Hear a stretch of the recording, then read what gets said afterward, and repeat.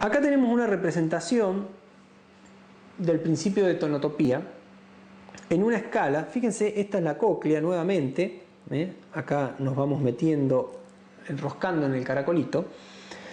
En la parte más cercana al estribo, la parte de la ventana oval, se pueden llegar a percibir frecuencias de 20.000 Hz.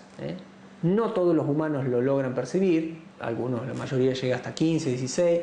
Estas son frecuencias que muchas veces decimos que perciben, por ejemplo, los perros u otros animales, pero que los humanos no perciben bien. A medida que avanzamos, va bajando la frecuencia hasta llegar a unos 20 Hz aproximadamente, que es lo menos que puede percibir el ser humano. Menos de 20 Hz uno lo puede percibir tocándolo con la mano, como una vibración, pero el oído no lo escucha, por decirlo así. Eso es porque las características mecánicas de la cóclea no permiten vibrar a frecuencias más abajo de 20 Hz o más arriba de 20 kHz. Y todo esto se va dando en una escala que no es lineal. Si yo me fijo, por ejemplo, recorro acá esta distancia en la cóclea y se mapean 200 Hz, pero recorro la misma distancia, por ejemplo acá, y se están mapeando 1000 Hz, y ni hablar en esta zona, se mapea mucho más junto. Quiere decir que el sistema auditivo humano tiene más resolución en baja frecuencia, tiene mucha más capacidad de discriminación. Esto se coincide con muchísimas cosas. Ustedes pueden hacer, si quieren, la prueba de aumentar una frecuencia senoidal a 100 Hz cada segundo, poner una de 100, 200, 300, cada un segundo aumentarla y reproducirla por el parlante, y van a ver que al principio, cada un segundo ustedes van a escuchar un cambio, pero cuando empiecen a llegar a los 4 o 5.000 Hz, les va a parecer que solamente cambia cada 2 o 3 segundos el sonido. Y en realidad el programa estrictamente lo cambia a 100 Hz cada un segundo.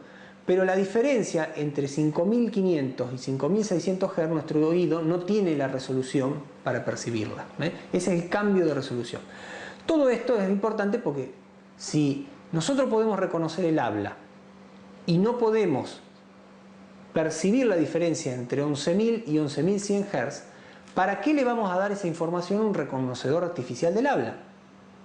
Se supone que con darle alguna información entre, por ejemplo, 10 y 11.000 Hz ya le tendría que alcanzar. En cambio, puede ser clave darle información de la cantidad de energía que hay a los 200 Hz, a los 250 y a los 300, con una resolución mucho mayor. O sea que todo esto tiene importancia porque lo vamos a utilizar en cualquier sistema de procesamiento del habla. Sin ir más lejos, en un MP3, cuando uno comprime, uno no usa la misma resolución para todas las frecuencias. Si uno sabe que el usuario que va a escuchar una canción no percibe la diferencia entre 7000 y 7100 Hz, ¿para qué va a meter información en esas frecuencias? Directamente esa información se la ahorra. En vez de meter dos coeficientes, pone uno solo que represente todo ese ancho de banda. Esa es la idea de por qué estamos viendo todo esto en relación al habla. Acá vamos a volver a conectar con el habla. Acá tenemos nuevamente una señal de habla. Y en esta señal de habla es la misma que teníamos antes. Acá está el espectro, vamos a decir, en crudo. Acá tenemos, se recordarán, en la distancia entre estos picos, o la distancia entre el primer pico y el cero, es la F0, el tono fundamental, 1 sobre el periodo al que se distancian las vibraciones de la cuerda vocal. Y la envolvente de esto es la que define la F1, F2, F3, que es en definitiva lo que me dice qué letra o qué vocal estoy pronunciando. Todo lo demás son componentes que no nos dan gran información. Fíjense que en todo este espectro, acá hay poca información, tenemos en las altas frecuencias poca información, coincidente también con que nuestro oído percibe poco ahí, tiene poca resolución.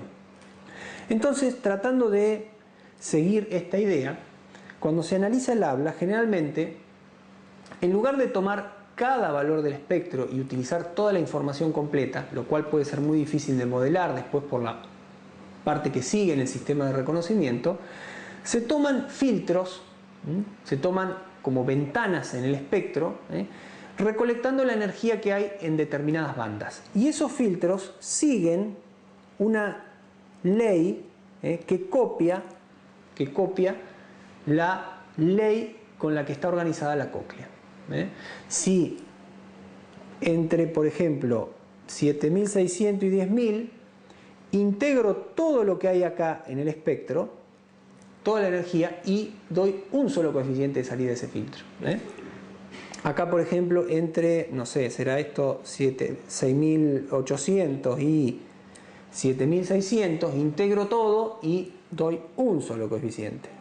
Integro todo y lo peso con esa función triangular, dándole más peso a la frecuencia central y tomando un poco del costado. Sin embargo, fíjense que acá al principio los triangulitos son mucho más chicos y por cada triangulito integro todo, o sea, elevo al cuadrado y sumo la magnitud del espectro, y doy un coeficiente.